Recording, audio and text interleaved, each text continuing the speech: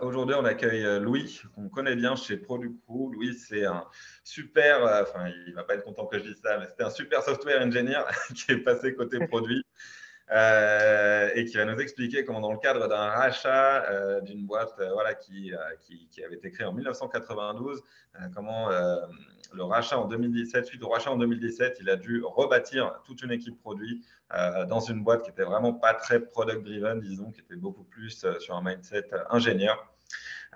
Donc voilà, quels signaux il a utilisé pour justement détecter les besoins côté produit et comment est-ce qu'il a mis en place tout ça. Il est midi 1. Pour rappel, ce sera assez interactif, donc n'hésitez pas à poser toutes vos questions dans le chat. Également, prendre la parole. Vous pouvez nous demander si vous voulez prendre la parole, échanger directement avec lui. Donc, n'hésitez surtout pas. Moi, je vous donnerai quelques petites infos pour Producrew en fin de présentation. Et également, on prendra un petit peu de temps pour des questions-réponses un peu plus ouvertes. Je te laisse commencer à partager ton écran, Louis, et on t'écoute. Ça marche. Merci Pierre pour l'intro. Bonjour à tous. L'idée ce matin, c'est d'échanger ensemble sur comment bâtir ou rebâtir une équipe produit.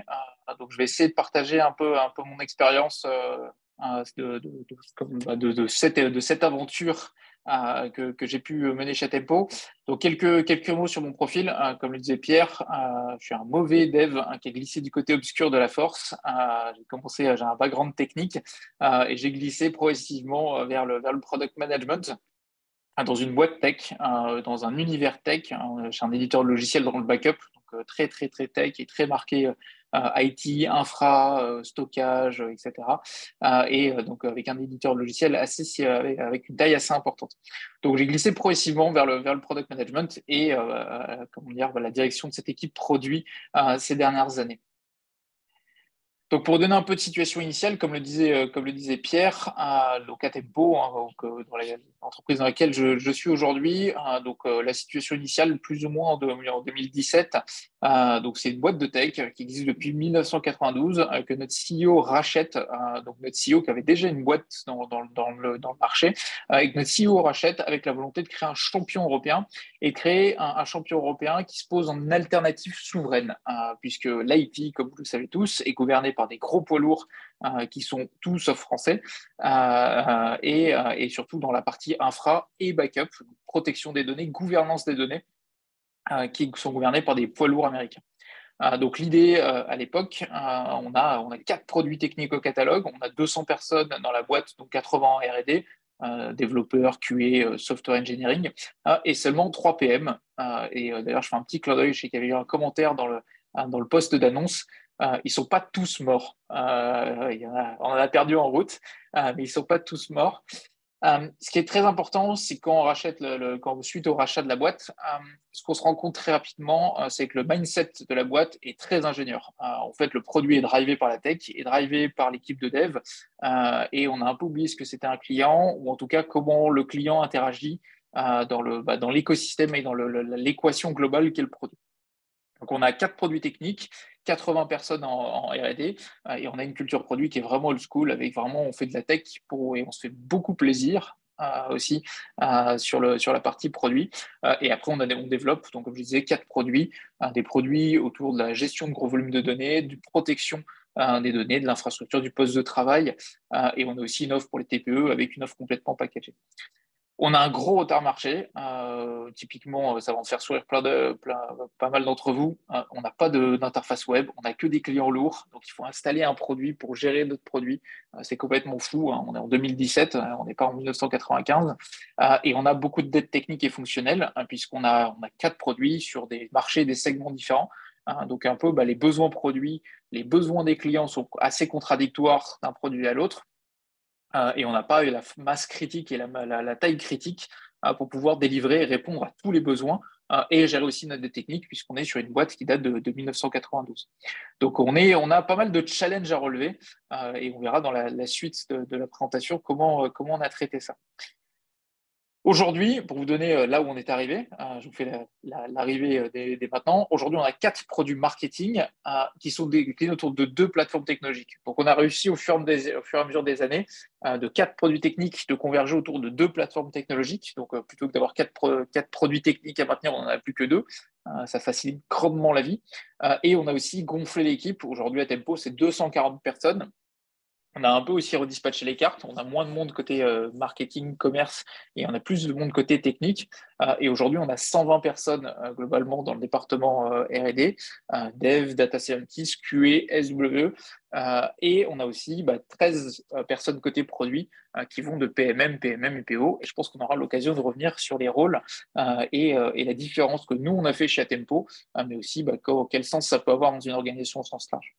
Quand je parle de produits, on a aujourd'hui 2 plateformes technologiques. Une drivée pour la partie, on va dire, gestion des gros volumes de données, gouvernance et data management au sens large, et une autre autour du backup, déclinée sous différentes formes. Et on aura l'occasion d'y revenir si vous voulez dans les questions.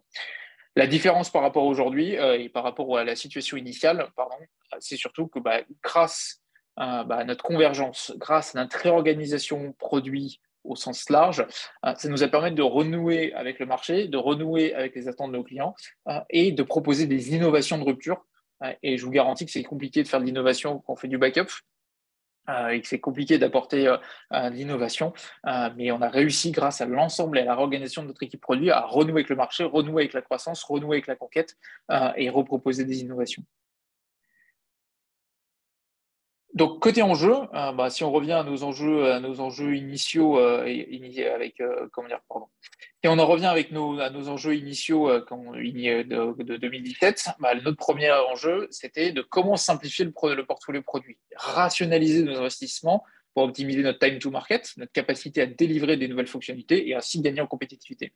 Le corollaire de ça, c'est également améliorer la qualité de nos spécifications. Vous doutez que 3 PM pour 80 personnes en R&D, c'est mission impossible d'avoir des spécifications, des stories bien détaillées, des maquettes pour pouvoir faire de la UI et avancer. Donc aujourd'hui, et le besoin initial, si on se replace en 2017, c'est comment améliorer notre équipe, améliorer notre organisation produit pour améliorer ce qu'on spécifie, sur quel enjeu, quel besoin, pour quel client, travailler avec ces clients-là, donc pour améliorer ce qu'on spécifie, ce qu'on donne à développer à la R&D, et ainsi aussi simplifier notre portfolio produit, améliorer nos investissements, rationaliser nos investissements pour optimiser notre compétitivité de manière générale. Donc pour ça, l'enjeu indirect de ça, c'est structurer notre équipe produit pour créer la charnière technique, marketing et innovation de l'entreprise et in fine retrouver de la visibilité de notre place dans ce marché qui est ultra compétitif. Donc le premier enjeu, et ça va être une question un peu pour vous, dans votre expérience, dans votre organisation, quel signal pousse à structurer ou à restructurer votre équipe produit? J'ai vu que le chat était déjà pas mal actif. Donc Pierre, est-ce que tu as déjà vu des candidats pour intervenir sur ce sujet? Alors, n'hésitez pas, si vous voulez prendre la parole, vous pouvez nous le dire dans le chat. On peut également poser votre question. Ce serait plus sympa si vous prenez le micro. Alors, il y a déjà pas mal de réactions sur la répartition PM, PMM, PO. Beaucoup de gens qui veulent savoir comment est-ce que ça s'est réparti. Je crois que Louis aura une slide dédiée plus tard dans sa présentation. Juste après. On a des premières réponses. Alors, on a Midori Yu qui nous dit quand les rôles ne sont pas clairement définis, quand le TMM est prolongé. Alors, peut-être le time to market, êtes-vous la dire, je pense, plutôt. Est-ce qu'il y aurait d'autres N'hésitez pas à lever la main. En tout cas, vous pouvez, on vous donnera la parole. Et d'une manière générale, est-ce que dans votre entreprise, vous avez déjà constaté quel signal vous permet de dire là, on a vraiment besoin d'un PO supplémentaire, on a vraiment besoin d'un PM en plus. Quand le produit a beaucoup de défauts, effectivement. L'arrivée d'une levée de fonds, nous dit Simon, c'est vrai que c'est un signal assez, assez clair. Ça permet de recruter une levée de fonds. Et donc, plus il y a de people dans l'organisation, plus il faut se structurer. Parce que rajouter des bonhommes, que ce soit en développement ou côté produit, sans penser à l'organisation un peu plus globale, des fois, ça multiplie juste le nombre de problèmes et pas forcément la vélocité de l'équipe. Oui, il y a toujours attention parce que la levée de fonds, on a aussi vu des boîtes qui parfois recrutent à tort et à travers après une levée de fonds et malheureusement, ça sépare de pas mal des équipes un an après. Donc, effectivement, calculer dans la durée les besoins. Alors, on a Luc aussi qui nous dit réorientation commerciale. Martin, un atterrissage infini de refonte ou de grosses features. Benjamin, quand toutes les personnes présentes lors des cérémonies Scrum ne rentrent pas dans une salle de réunion. Ça, c'est effectivement, il y a Jeff Bezos qui a recommandé ça, c'est les 2 pizzas, en disant voilà, si il y a qu'il faut plus que 2 pizzas pour nourrir toute la salle, c'est qu'il y a trop de personnes sur une réunion. Écoute, je pense que tu peux avancer avec ta réponse, Louis. Et, Ouais, c'est vrai que j'aime bien comment dire, l'illustration de Benjamin ou la théorie des deux pizzas. Et c'est vrai que c'est quelque chose qu'on a vécu quand on a récupéré l'équipe. On avait 3 PM avec des équipes Scrum avec 20, 25 personnes sur certains produits. Et tout le monde sait que c'est impossible. Et au final, personne n'intervient. Il n'y a aucune créativité, il n'y a aucune collaboration. C'est assez vertical comme échange. Il y a le PM qui arrive avec sa grande liste de trucs à faire. Il y a peut-être un lead dev, un lead tech qui prend le boulot et qui va au final distribuer à tout le monde. Donc au final, on ne fait pas du tout. Il n'y a rien d'agile, il n'y a rien de co-construction, il n'y a aucune créativité. On est juste dans un waterfall où on se réunit tous les 15 jours pour dire qu'on fait du Scrum, mais il n'y a rien du tout d'agile de ce côté-là. Donc je pense que un des signaux vraiment très structurants, et en tout cas c'est quelque chose qui nous a aussi poussé à bouger, c'est quand on se retrouve à faire de l'agile à 20-25 personnes dans les cérémoniales, dans les cérémoniaux, s'il y a plus, on perd complètement la notion d'agile, la notion de proximité, cette capacité à être réactif, à pouvoir itérer, à échanger et à co-construire. Donc je pense que c'est pour moi un bon signal fondateur qui sont des conséquences indirectes d'une levée de fonds qui permet de recruter et de reconstruire l'équipe. Une réorientation commerciale, c'est aussi, ça change la vision produit, la stratégie de produit, pas forcément l'équipe qui doit l'exécuter, mais ça peut être un bon point. Et les rôles qui ne sont pas clairement définis, ça c'est clair. Nous, on avait des rôles à mi-chemin, PO, Scrum Master, qui étaient gérés par les lead devs, qui étaient anciennement des chefs de projet. C'était un peu confusing sur pas mal de points. Donc, pour moi, je pense que le point des rôles qui ne sont pas clairement définis, c'est vraiment un bon point et ça nous fait la transition sur la suite, qui est pour vous, c'est quoi la différence entre PM, PMM et ou PO et à quel moment vous en avez besoin de l'un, de l'autre, si c'est la même chose, pourquoi, comment.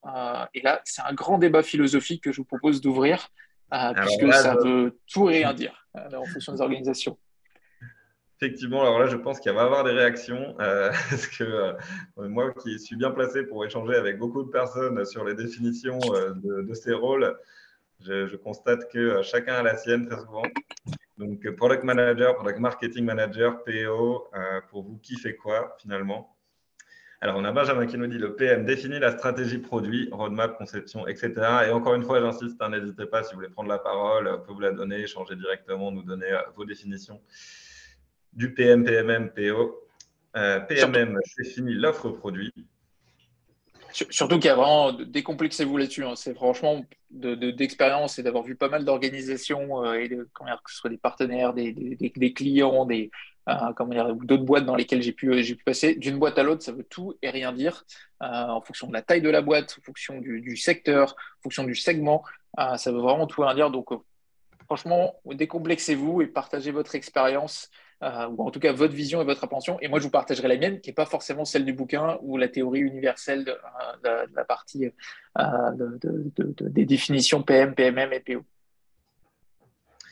Ok, alors Benjamin, déjà une première définition, disons, pour les 3 rôles. Donc, le PM définit la stratégie produit, le PMM définit l'offre produit, donc vraiment côté commercialisation, à qui est-ce qu'on va le vendre et comment on va le vendre. Le PO, création et suivi des user stories, donc vraiment beaucoup plus orienté sur la delivery. PM, alors c'est Jérémy qui nous dit le PM, stratégie plus discovery plus delivery, vue d'ensemble. PO suit le delivery, plus la conception qui est du discovery. Donc on a déjà une petite redondance, hein, si je vois bien. PMM, stratégie, market plus client. Martin, il nous dit si les 3 existent en même temps, c'est le PMM qui fait le café. Pas sûr que les PMM dans l'audience apprécient. Ouais, je ne dirais pas dans mon équipe. Hein, parce que, en tout cas, je vous donne les numéros et vous gérez ça avec eux. Simon qui nous dit le rôle du PO est vraiment un rôle de transition. Dans l'absolu, son rôle ne devrait pas exister et être porté par l'équipe. Alors effectivement, c'est quelque chose qu'on entend. C'est un peu la théorie Marty Kagan d'ailleurs de dire si vous payez des PO full-time, enfin, du delivery, vous jetez de l'argent par la fenêtre. Le PO c'est un rôle du PM selon cette vision des choses. Pauline qui nous dit Product Manager, il a une vision plus globale du produit, il communique davantage avec les différentes équipes et pôles de la boîte, il est plus sur la conception du produit. Le Product Owner, rôle plus granulaire, il s'occupe d'écrire, de gérer les tickets, stories. Donc on a vraiment cette vision qui revient du PO qui est très orienté sur le delivery, la gestion des sprints avec les devs et le PM beaucoup plus en amont finalement de la chaîne de valeur. Martin, c'est hyper dur pour un PMM de prendre sa place, il y a un PM et un PO. C'est quelque chose que j'ai pu voir, effectivement. Alors après, on avait fait un webinaire là-dessus avec Alan, notamment sur leur répartition de ses rôles. Ça demande des PM très au clair sur leur rôle et ouvert. Effectivement, je pense que tout est dans la clarification en amont des rôles. Écoutez, on a pas mal de réponses en tout cas. Je vais te laisser peut-être, Louis, dérouler sur ta vision des choses. J'ai failli en rajouter une. Et vous, PM, PMM, PO ou programme manager? Parce qu'on a aussi Ah, dans oui, les aussi. grandes organisations le programme manager qui vient rajouter sa petite touche, touche dans l'équation. Alors, c'est intéressant toutes les réponses. Ce qui serait curieux, pour les différentes personnes qui sont intervenues, c'est de donner votre taille de boîte et à peu près le secteur d'activité, puisque je pense que aussi c'est important de contextualiser la différence et le split des casquettes en fonction de la taille de boîte. Si on est sur une boîte un peu précise, le PM, il va un peu tout faire. PM, PO, PMM, il va plutôt faire homme orchestre, où on va avoir quelqu'un côté marketing qui va avoir plus la casquette PMM, etc. Et j'ai l'impression que plus la boîte grossit, plus on a une volonté à casser et à distribuer les casquettes pour optimiser ou à spécialiser de ce côté-là. Donc, je pense que c'est intéressant si vous pouvez illustrer là, les différentes personnes qui sont intervenues, la taille de vos organisations et dans lesquelles vous avez pu bâtir ces définitions ou ce petit retour d'expérience. Je pense que c'est intéressant de partager ça. Et Moi, si je je vais vous peux me partager. permettre de Vas-y, rajouter je te un confirme. truc, Louis, n'hésitez pas à donner la taille de la boîte et également quel rôle on peut retrouver dans votre boîte. Justement, ce serait très intéressant de voir à partir de quelle taille de boîte on commence à voir des PMM émerger. Donc, n'hésitez pas à nous donner un petit peu plus de contexte. Excuse-moi, Louis, je te laisse Pas de reprendre. souci. Moi, je vais vous donner la définition et un peu l'organisation qu'on a fondée. Donc, ce qu'on a fondé, c'est on a créé, comment dire, on a essayé de définir les guidelines qui allaient nous accompagner sur la définition de notre organisation. On a 4 produits marketing, donc ça reste quand même 4 produits où il faut délivrer de la feature, il faut délivrer de l'innovation, il faut délivrer de la valeur. Et on a des roadmaps, on est dans un cycle encore, on n'est pas sur du SaaS, on est sur un cycle logiciel qui se déploie chez des clients. Donc on est sur des cycles où on délivre 1 à 2 versions par an par produit. Et donc à l'échelle de la boîte, on a des roadmaps assez longues, 12 à 36 mois en fonction de la vision globale. Donc on a des projets et chaque fonctionnalité ou chaque nouvelle innovation dans le produit, c'est un projet puisque ça va être découpé en sous-fonctionnalités, en sous-projets qui vont être derrière déclinés soit en spécification, soit directement en user story, en tâches, etc.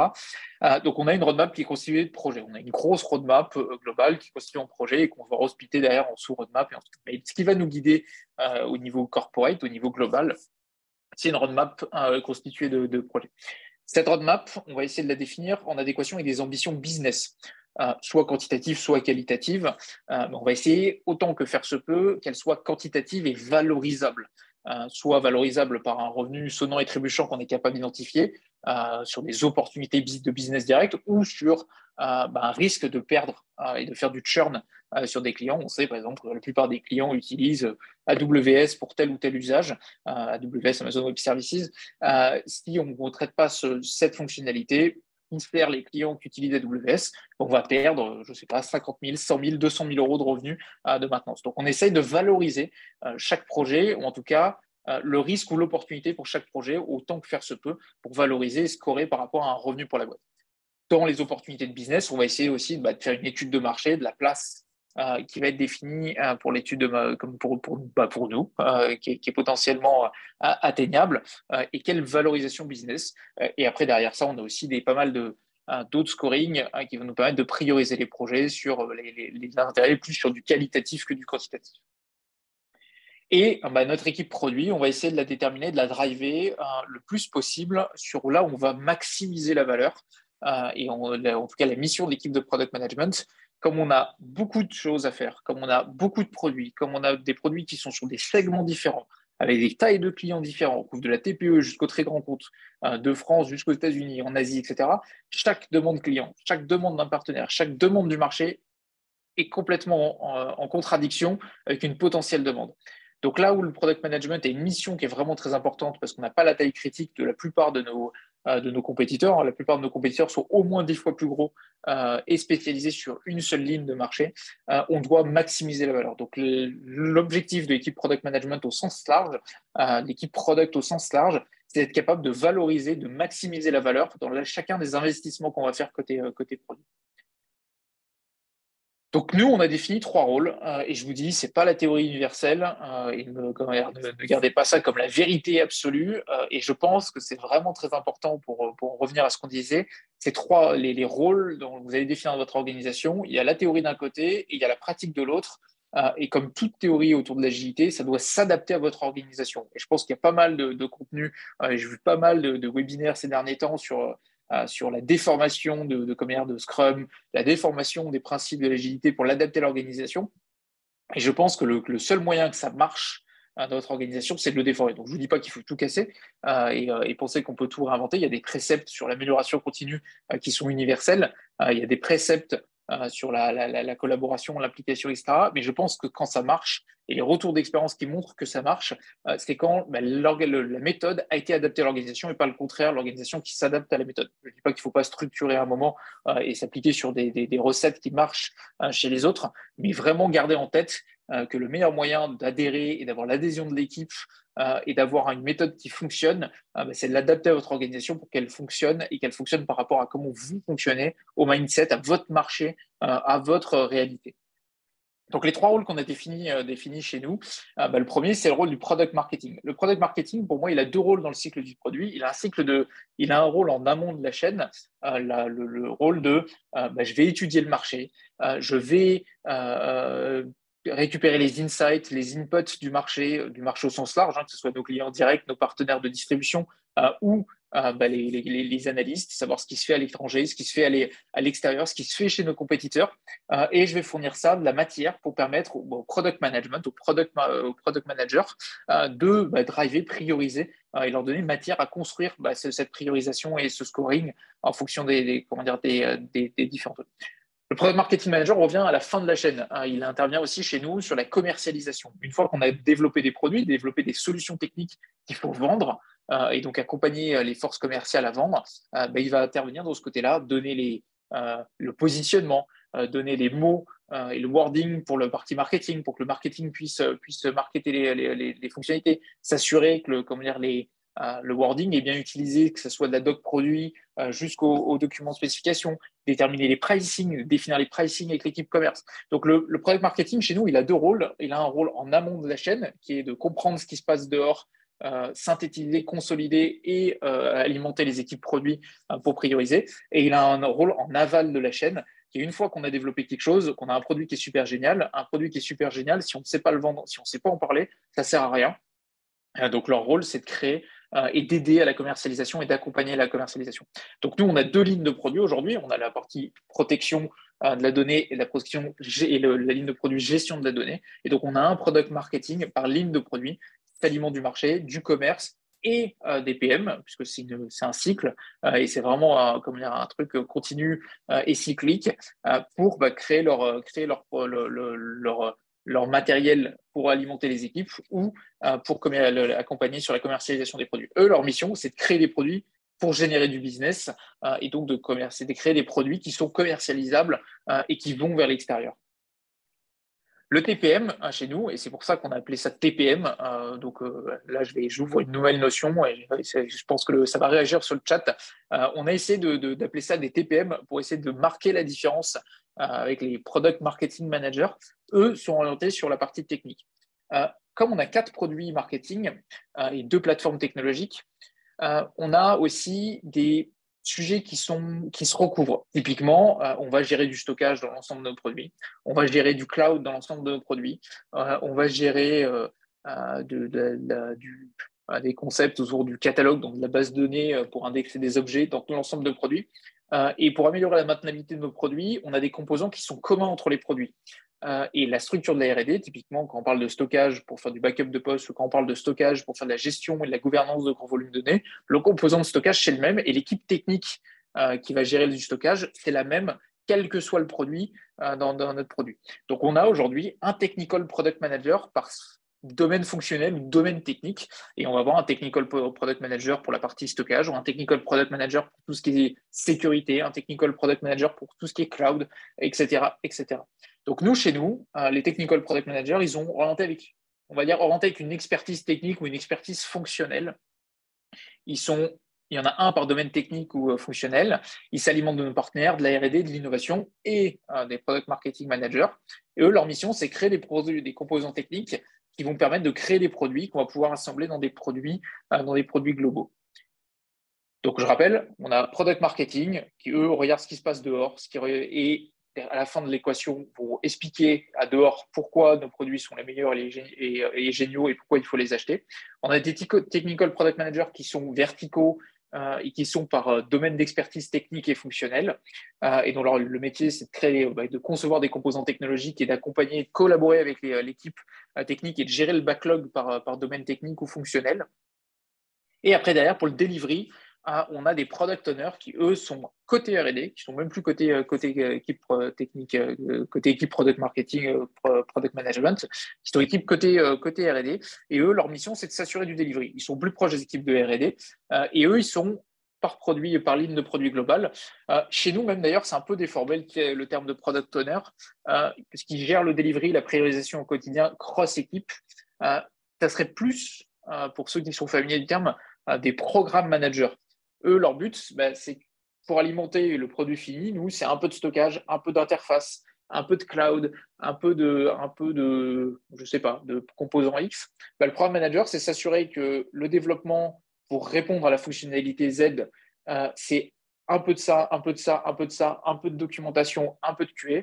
Le product owner, lui, son rôle, c'est s'assurer que la transversalité du delivery est bien gérée d'équipe en équipe, puisque il y a de la collaboration inter-équipe pour délivrer un service. Donc, le product owner et le product ou programme manager, on peut le déterminer comme ça, chez nous, c'est de s'assurer du delivery et surtout de s'assurer du delivery et bien passer dans l'ensemble de la chaîne et qu'on a bien récupéré l'ensemble des bons composants pour assembler le produit final. Donc, nous, on a 4 produits marketing, donc un PO par produit marketing. On a un product marketing par ligne de produit. Donc, on a une ligne de produit backup, une ligne de produit gouvernance. Et après, on a des technical product managers qui sont verticalisés par domaine technique ou fonctionnel pour fonctionner de ce côté-là. Donc, je vous ai refait un petit schéma. On a 2 lignes de produits, 3 ou 4 PO, je ne sais pas où il en manque un dans l'organisation, qui sont côté R&D et qui sont par produit marketing. Et on a des technical product managers par domaine fonctionnel ou technique en face de chaque équipe technique. Donc, comme je vous dis, je n'ai pas la science universelle. Ce n'est pas du tout les définitions. Et je pense que les PO pourraient être appelés programme manager chez nous, puisque ça va plus dans ce sens-là. On a pas mal de réactions déjà, Louis, si tu veux en prendre quelques-unes. Encore une fois, n'hésitez pas si vous voulez prendre la parole. On a Martine qui nous dit très intéressant la distinction marketing/technique en termes de compétences. Ça oblige le PMM à faire le travail sur l'offre jusqu'au bout pour alimenter le TPM. Point d'interrogation. Entre guillemets, plus le temps de faire le café. Mais oui, c'est un peu une question, je pense, qui va ressortir. C'est finalement, est-ce que les technical product managers parlent aux utilisateurs ou est-ce qu'ils reprennent toute l'info qu'il leur est donnée par les PMM? Alors, le PMM, il va avoir une discovery marché et attente. Donc, le PMM, chez nous, il va avoir un discovery sur avec discuter avec les clients et les partenaires sur ça sera quoi vos problèmes de demain, ça sera quoi vos enjeux demain, qui va nous permettre d'anticiper de l'innovation ou des décisions de priorisation. Le TPM, lui, il va avoir typiquement, on doit développer, je ne sais pas, le backup de Microsoft Azure. Le TPM, lui, par contre, il va discuter avec les clients, il va discuter avec les partenaires sur OK, Azure, vous l'utilisez comment aujourd'hui? C'est quoi vos enjeux? C'est quoi, typiquement, en termes de scalabilité? Combien vous voulez backuper de VM par jour? C'est quoi les volumes que vous avez à backuper? C'est quoi les fenêtres de backup pour cadrer la réponse technologique qu'on va développer? Donc, En fait, on va avoir des interactions avec l'extérieur des deux côtés, côté PMM et côté TPM. Côté PMM, lui, il va plus avoir une vision très fonctionnelle, assez haut niveau sur les attentes du marché, l'orientation du marché, comment s'avancer. Le TPM, il va rentrer dans le dur, pour, avec le monde, créer une solution technologique pour répondre à un enjeu marché qu'on aura priorisé et qu'on veut traiter dans la roadmap. D'accord, et donc la suite aussi de la question de Martin. Ensuite, donc c'est ce TPM qui potentiellement va alimenter les PO. C'est ça, bah en fait, on a, si on prend un besoin, par exemple le backup de Azure, on va avoir notre PMM il y a 2 ans qui a construit un business case en disant, les gars, le marché, je vous jure, l'avenir, si on veut récupérer 30%, c'est maintenant qu'il faut se positionner. Donc il faut qu'on positionne dans la roadmap de l'année prochaine le backup d'Azure. Donc le PMM va motiver son case, va créer un business case, va créer un business plan, on va prioriser tout ça et on va mettre ça en musique. Derrière, quand on a priorisé ça, bon, il faut qu'on se rende compte de ce qu'il y a à faire. Donc là, le TPM va reprendre le bébé et va commencer à travailler. Va travailler sur Discovery. Ça veut dire quoi le backup d'Azure? Quels sont les API à disposition? Quels sont les enjeux? Comment on le traite? Comment font les concurrents pour le traiter? Pour commencer à créer tout ce qu'on construit. Et derrière, on va dire, bah, OK, nous maintenant, on veut faire une solution technologique et cette solution technologique, elle doit faire ça, ça, ça, ça et ça. Et dans notre MVP, on va se focuser sur ça. Et on ne veut pas faire ça, et pas tout de suite. Et attention, les risques et les enjeux, ou les risques et les opportunités, c'est ça, ça, ça et ça. Il va commencer à travailler avec l'équipe technique, et notamment là, les PO commencent à rentrer en jeu en disant, voilà, il faut qu'on challenge ce qu'on a besoin, et on va co-construire la solution technologique. Donc là, on va commencer à rentrer dans de l'agile, il va y avoir des études, il va y avoir des autres, et on va commencer à rentrer dans les backlogs des équipes, des items. Et une fois qu'on a défini ou qu'on a co-construit la solution technologique, donc il y a forcément des études, il y a forcément des maquettes d'époque où il y a de la R&D qui est impliquée pour développer des choses ou tester des choses, on va passer complètement le bébé au PO qui va lui assurer le delivery de l'ensemble de la fonctionnalité de bout en bout, superviser ça, éventuellement réagir. Le PM va être régulièrement mis à contribution pour réagir sur la réponse technologique qu'on aura développée. Et là, le PO, lui, va assurer le delivery une fois que, on va dire, on va passer carrément dans la partie construction et développement pur de la fonctionnalité. Donc, PMM dégrossit, oriente, priorise, ou en tout cas aide à prioriser. Le TPM, lui, va commencer à spécifier sur qu'est-ce qu'on veut faire pour répondre aux enjeux que le PMM a illustrés. Et après, le PO, lui, OK, bon, les gars, vous m'avez dit, il faut faire une maison bleue à poids blanc. On va faire une maison bleue à poids blanc et on va travailler avec l'équipe de R&D pour faire ça. Et vous l'aurez dans 3 semaines, un mois, 2 mois. Voilà, à peu près vous, pour donner comment ça arrive. Ok, très clair. Bah, écoute, je te laisse reprendre ta présentation. Mais effectivement, par rapport à ce que tu disais, si je comprends bien, il y a peu d'interaction directe entre le PO et le PMM, par exemple. Parce qu'il y a quand même le TPM qui vient. Ça peut arriver parce qu'on est quand même une PME et des fois le PO va chercher de la contextualisation marché aussi pour donner du sens dans ses priorisations au quotidien avec les équipes de R&D. Peut aller chercher de la contextualisation marché ou même aller chercher du retour d'expérience sur ce que fait la compétition, parce que le PMM, il a le nez sur la compétition toute la journée.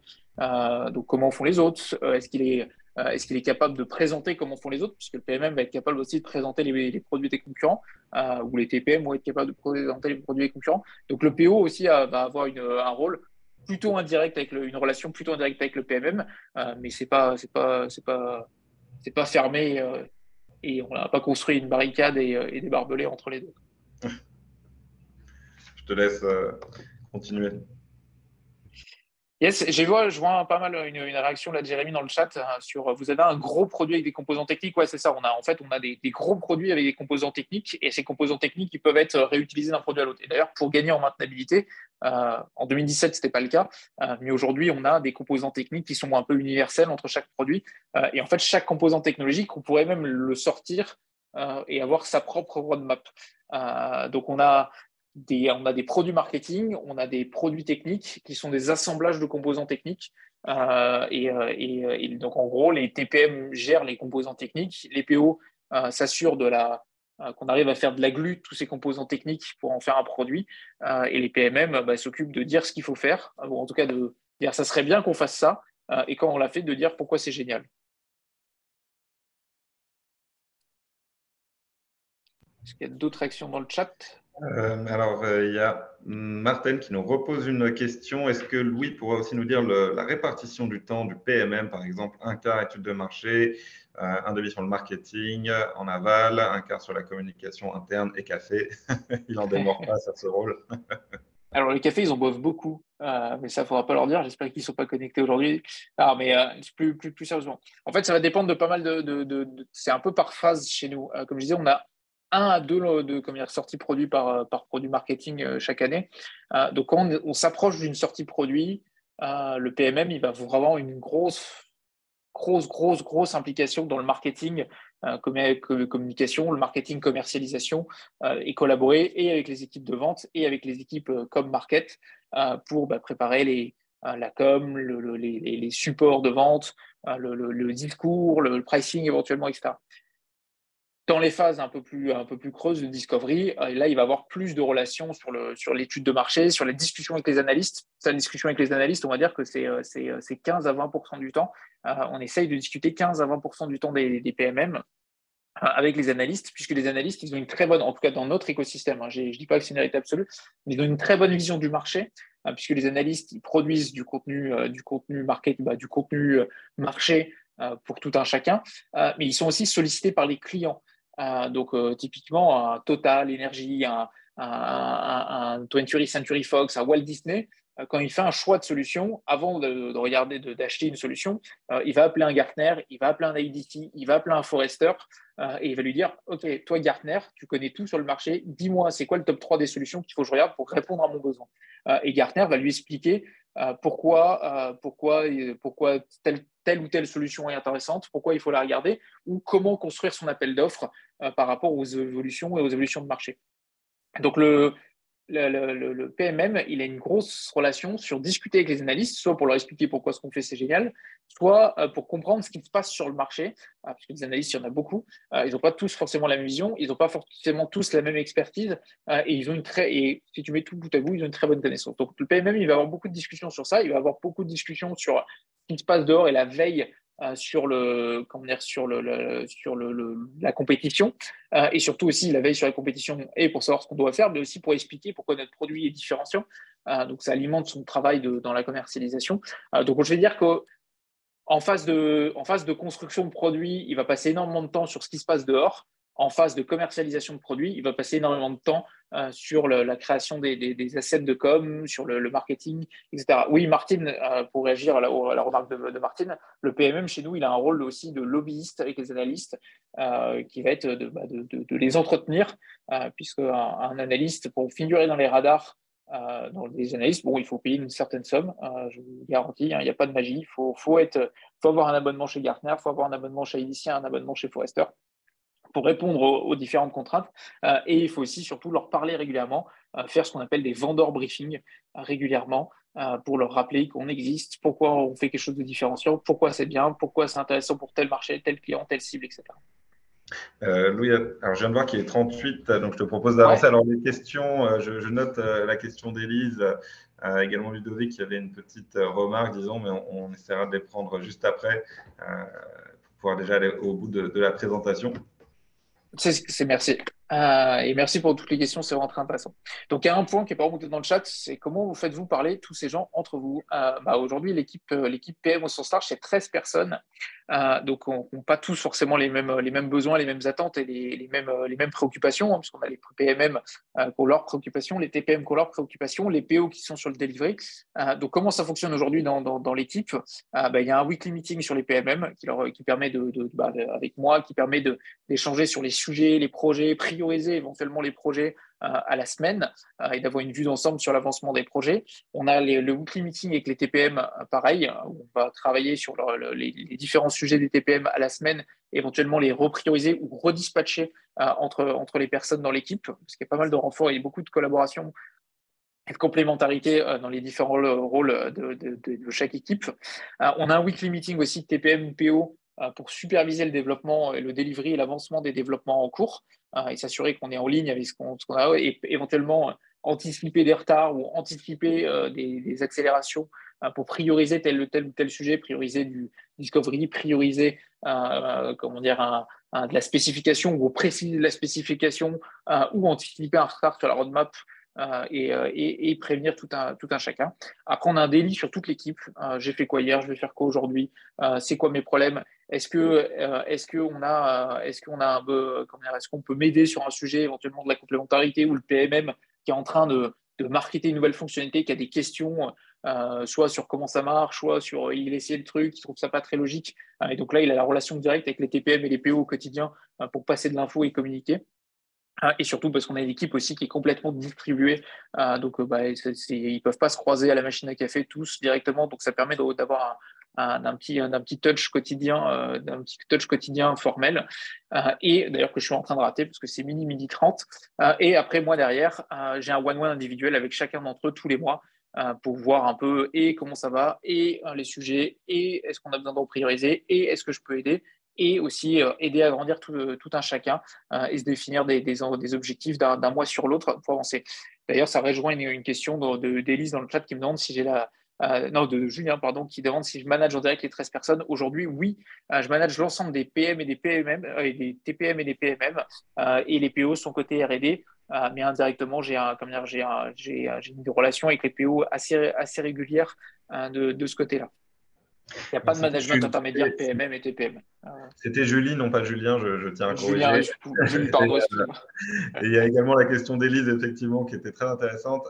Qui tranche finalement, qui est responsable de la vision produit globale, surtout s'il y a des divergences? Est-ce que c'est toi, Louis? Alors, aujourd'hui, c'est moi et indirectement, c'est le comité de direction. Parce qu'on a on se réunit 2 fois par semaine côté comité de direction sur des daily weekly de 30 minutes. Donc, s'il y a un doute où on a besoin d'en parler ou un truc très urgent où il faut trancher, on peut se parler 2 fois par semaine pour ça. Sinon, on se parle 1 fois par mois pour les sujets vraiment stratégie et autres. Et si on doit réarbitrer de la roadmap, on le fait sur des sujets. Donc, en gros, quand c'est des petits sujets, je tranche direct. Ou le TPM ou le PMM tranche direct. Quand c'est un peu plus gros sujets, je tranche direct. Et si on a des sujets assez structurants où on doit décider d'allocation de ressources, ou d'investissement ou de prise de risque, là, on va le traiter en codir. Et très rapidement, j'ai une question qui me vient. Est-ce que le daily avec toute l'équipe, finalement, il y a quand même pas mal de personnes, on ne retombe pas dans la situation un peu qu'on décrivait au début avec des réunions avec un petit peu trop de stakeholders et finalement moins de créativité, moins d'échanges? Alors, le daily pour moi, donc, on arrive à le tenir en une demi-heure. C'est vraiment midi 30 tous les jours. Et surtout, ça se tient bien parce que tout le monde a envie de bouffer. Donc, ça marche très bien. Ça marche très bien parce que ça permet de se donner une vision d'ensemble à chacun de qui fait quoi. Et surtout qu'on a des rôles qui pourraient vite rentrer à l'affrontement, parce que le PMM pourrait vite rentrer à l'affrontement avec le TPM, qui pourrait vite rentrer avec l'affrontement avec le PO. Donc, ça permet aussi de voir que le collègue à côté, il est vraiment chargé et qu'il bosse pas pour rien et qu'il n'est pas là pour aller à l'encontre de l'histoire. Donc, ça permet de créer du lien entre toutes ces positions qui ont des objectifs et des attentes qui sont un peu contradictoires entre elles. Donc, ça permet vraiment de créer cette complémentarité et ça permet aussi d'avoir la complémentarité au quotidien et d'échanger au quotidien. Donc, ça marche plutôt pas mal aujourd'hui. J'avoue qu'on commence à être à 13, ça commence à être challenging de rentrer une demi-heure. Mais le fait que ce soit entre midi et midi 30 et que tout le monde ait envie de bouffer, ça oblige aussi d'être concis. Et dans l'autre sens aussi, ce que je disais, on est sur une équipe distribuée. Ça permet aussi d'avoir un point de contact avec l'équipe 1 fois par jour, qui est assez cool aussi. C'est un moment assez convivial. Donc ça marche. Tout le monde joue le jeu, tout le monde a envie de bouffer et c'est un moment qui est efficace aujourd'hui. C'est une bonne technique, effectivement, ça mettre les réunions juste avant la pause déj, histoire d'être sûr qu'elle se termine en temps et en heure. Je te laisse reprendre. Le deuxième, vraiment un challenge qui a été important, si on revient à la situation initiale, c'est on a posé l'organisation, on a dessiné l'organisation, mais on avait 3 PM. Je reviens à un commentaire, à un clin d'œil qui était dans le message d'annonce, qui était est-ce qu'ils sont toujours vivants aujourd'hui? Pas tous. Et on s'est retrouvés au final à 2. Il y avait une des PM historiques et moi quand j'ai récupéré l'équipe. Et il a fallu reconstruire l'équipe et surtout reconstruire l'équipe qui répondrait à cette organisation. Donc, je vous garantis, l'organisation, on n'avait pas pensé à tout dès le début et ce n'était pas aussi défini et tracé que ce qu'on vient de mettre là. C'est une construction au fur et à mesure du temps, une amélioration continue au fur et à mesure du temps.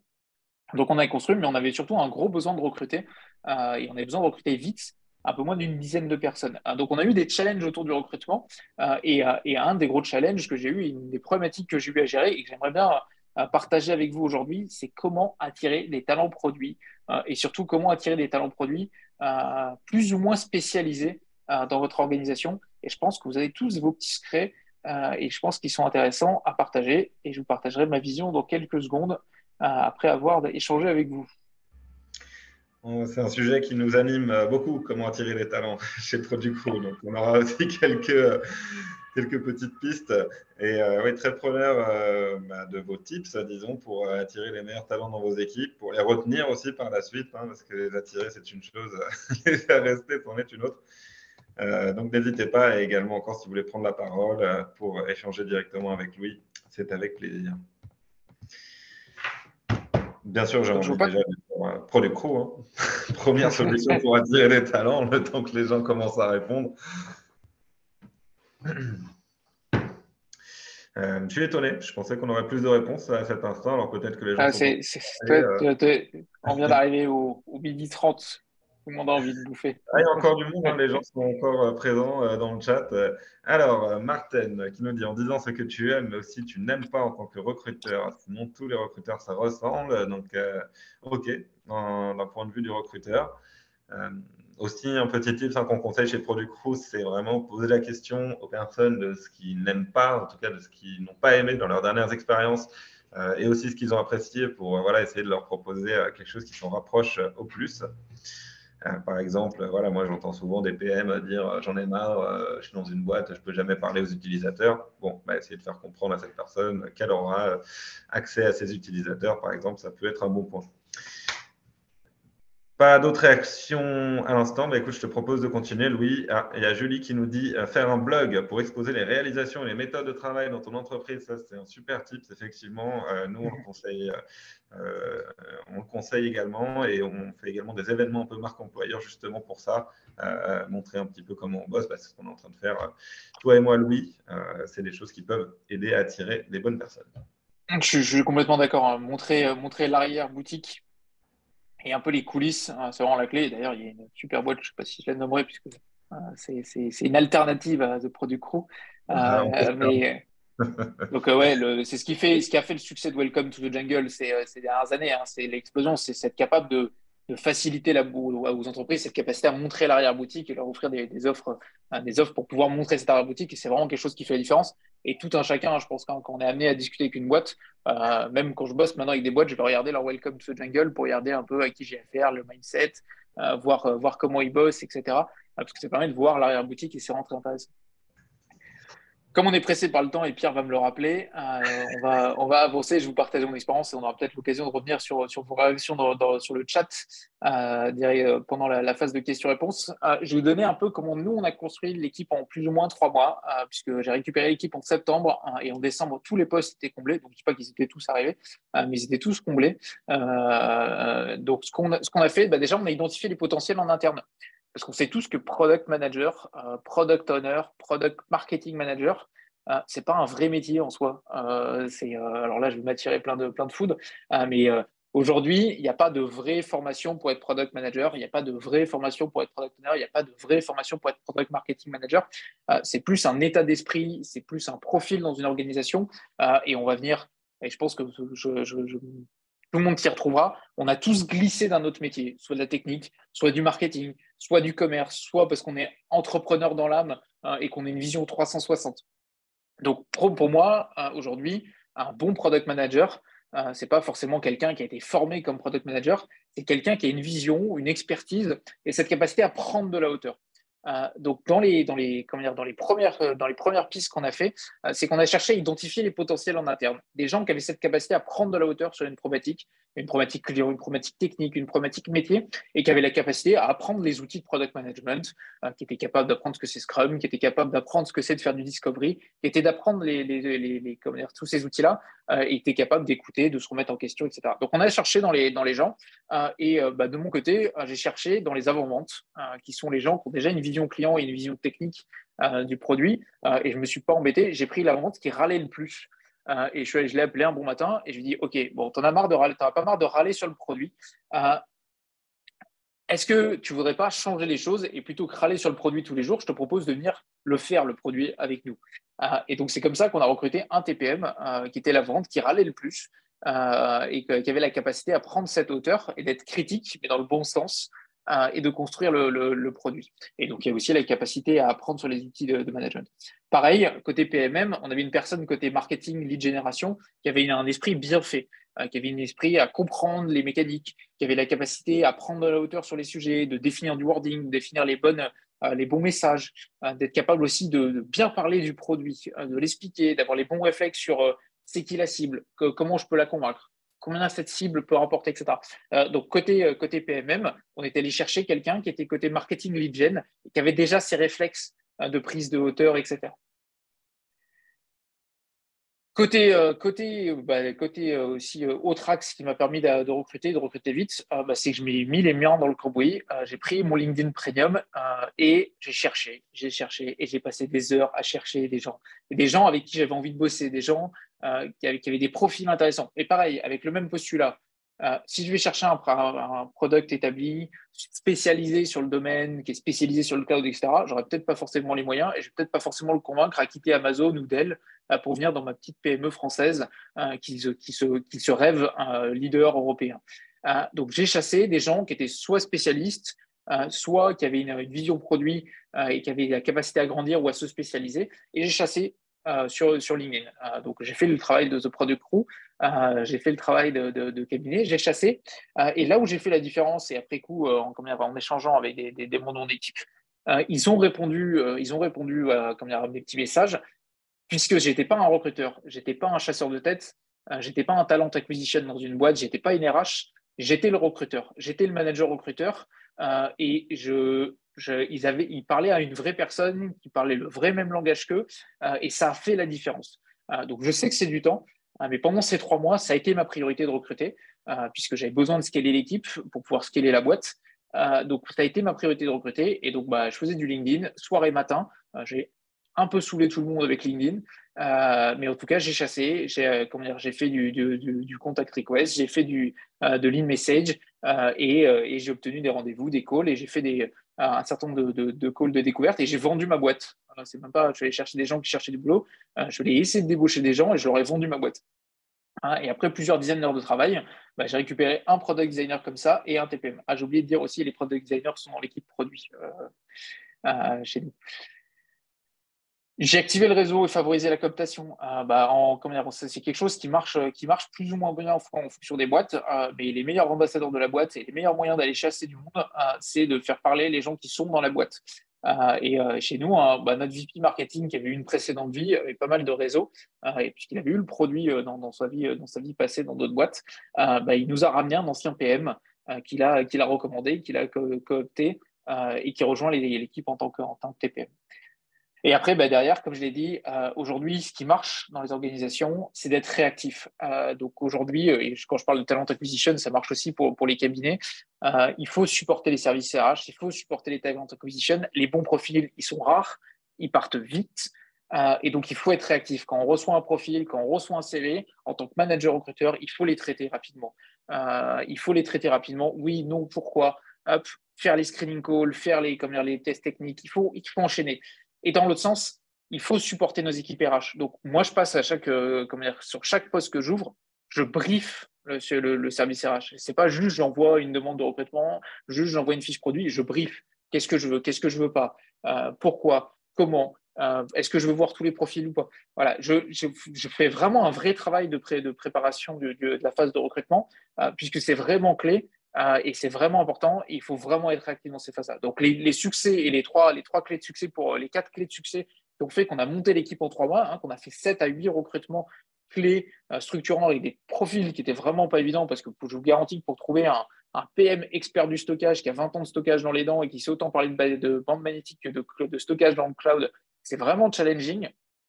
Ça a été d'identifier les potentiels internes, de chasser soi-même, d'activer les réseaux et favoriser la cooptation au maximum et supporter les services RH ou talent acquisition au sens large, puisque je mets les cabinets et les services de The Product Crew sous cette dernière case, puisqu'il faut vraiment être réactif. Et pour moi, vraiment, la clé qui marche dans ces relations-là, c'est la réactivité. Je suis assez d'accord, hein, ça, on le répète plus que, plus que nécessaire chez Product Crew, mais oui, effectivement, la réactivité, les meilleurs talents ne restent jamais très longtemps en recherche. Et je te laisse enchaîner sur ta question. Je me permets de la lire. Du coup, quels outils vous avez mis en œuvre, vous, dans l'audience, dans le cadre de vos recherches de candidats product et Louis va nous partager les siens. On n'a pas eu forcément d'autres retours. Alors, on a Martin qui nous faisait une petite réflexion par rapport à ta remarque sur Welcome to the Jungle. Selon lui, c'est pas encore ça en tout cas pour tout ce qui est de mettre en avant l'arrière-boutique. Et je tiens à dire que chez Produco, nous en tout cas, on essaye d'aller loin dans les fiches de poste, de parler un petit peu de la roadmap produit, des fonctionnalités, de l'organe de l'équipe, comment sont prises les décisions. Et je confirme. Et je confirme. Pour fréquenter The Product Crew, il y a un très bon travail sur la mise en lumière de la boîte et de pourquoi la boîte est différente par rapport aux autres sur le marché et l'aventure. Ils vendent l'aventure avant de vendre un poste plutôt que juste vendre une fiche de poste et vendre un salaire et des tickets resto.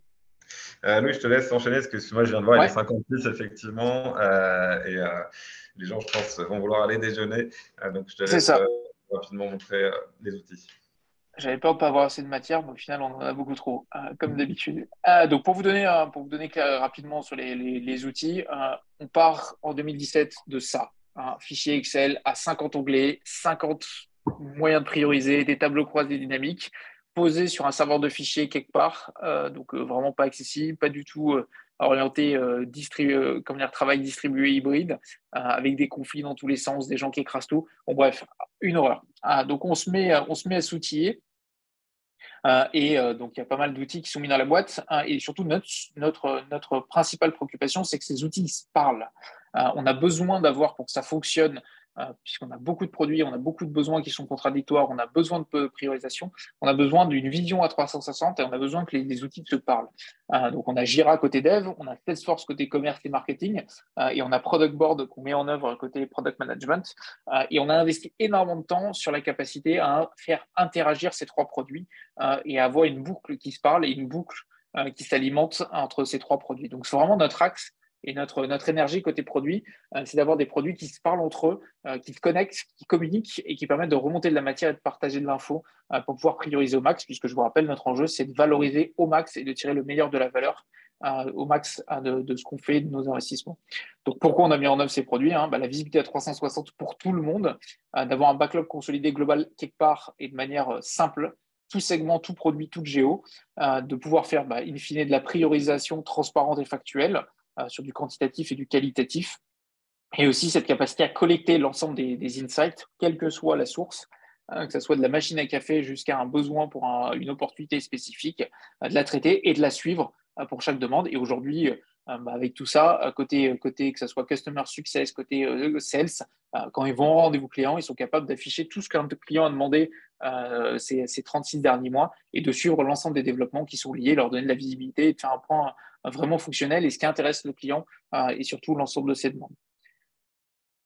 À votre avis, quel impact, et vu le temps, je pense que je vais y répondre directement, directement répondre, ça va être un peu notre conclusion. Grâce au scale de notre organisation, grâce à la méthode qu'on a mis en œuvre, grâce aux outils qu'on a mis en œuvre, on a réduit drastiquement notre go-to-market et comme je le disais en introduction, on a renoué avec l'innovation, on a renoué avec le succès, on a renoué avec le marché et ça se traduit sur 2017-2023, 2022, puisque 2023, on n'a pas encore le retour nécessaire pour dire qu'on a fait de la croissance, mais on fait plus 30% de croissance. Annexement, en parallèle, on a aussi fait un shift de revenus. Avant, on vendait un produit en perpétuel et donc chaque nouveau client, c'était une nouvelle conquête et on recommençait avec la caisse à zéro. On a aussi fait un shift de modèle vers de la souscription. Et pour ceux qui l'ont vécu, convertir de modèle économique d'un produit qu'on vend au one-shot à un produit un abonnement récurrent, c'est compliqué. Il faut créer l'innovation, il faut créer de la fonctionnalité, il faut expliquer aux utilisateurs pourquoi ils doivent repasser à la caisse. Donc, on a fait 30% de croissance, on a fait un shift de notre revenu en 5 ans. Donc, c'est vraiment, vraiment intéressant. Côté reconnaissance, reconnaissance aujourd'hui, comme je disais, on avait disparu des radars. On avait un peu disparu du marché et aujourd'hui on fait partie de l'ensemble des radars qui comptent dans notre segment. Je ne dis pas que c'est les radars qui comptent dans vos marchés, mais dans les radars qui comptent dans nos segments, chez les analystes qui comptent notre marché et qui sont consultés par les acheteurs dans notre marché, dans notre écosystème, Gartner, JDOM, Coldago et un certain nombre d'autres. Ce qu'on a gagné aussi, c'est une équipe formidable produit, donc ils ne sont pas tous là. Désolé pour les absents, mais on a aussi recréé une équipe. Et pour annexement, on fait des off-site régulièrement avec équipe produit, 1 à 2 fois par an. Et donc là, c'était en Bretagne l'année dernière. C'était plutôt très sympa. Est-ce qu'il y a d'autres questions avant que je te passe la parole?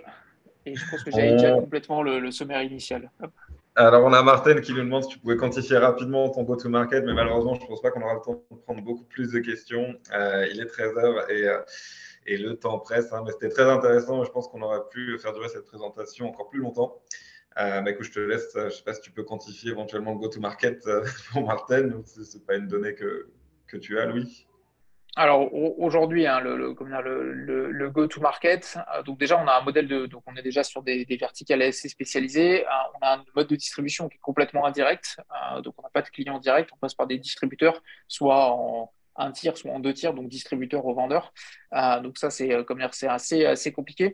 Et on est verticalisé. On a des stratégies différentes en fonction des géos. Donc c'est assez compliqué de quantifier, de donner une réponse universelle en tout.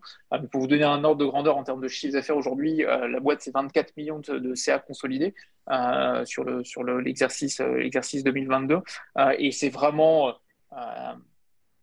30 à 40% de la valeur est fait hors France. Et on a différentes stratégies. On a une stratégie de leadership en Europe, on a une stratégie de niche aux États-Unis sur des verticales très spécialisées, notamment le M&E. On a la fierté de dire qu'un film sur deux au box-office américain dans sa vie de post-production est passé par un de nos produits, de par notre implémentation dans le media entertainment aux US. Donc voilà, on a vraiment un go-to-market qui est très disparate en fonction d'une zone à l'autre et d'une taille de compte à l'autre. Ok, ben en tout cas, n'hésitez pas. Je parle pour toi, Louis, mais voilà, si vous souhaitez l'ajouter sur LinkedIn, vous avez des questions, je pense qu'il se fera un plaisir de continuer la conversation. Merci à tous pour votre présence. Bon, j'ai pas le temps de faire le petit topo habituel, mais je vous l'épargne. Hein, je pense que vous connaissez quand même The Product Crew depuis le temps. Sarah, bah, n'hésite pas à remettre éventuellement les liens dans le chat pour ceux qui voudraient recruter avec nous ou candidater avec nous. Et écoutez, je vous souhaite bon appétit et je vous dis à demain pour ceux qui seront présents pour un nouveau webinaire. Et bonne journée à tous.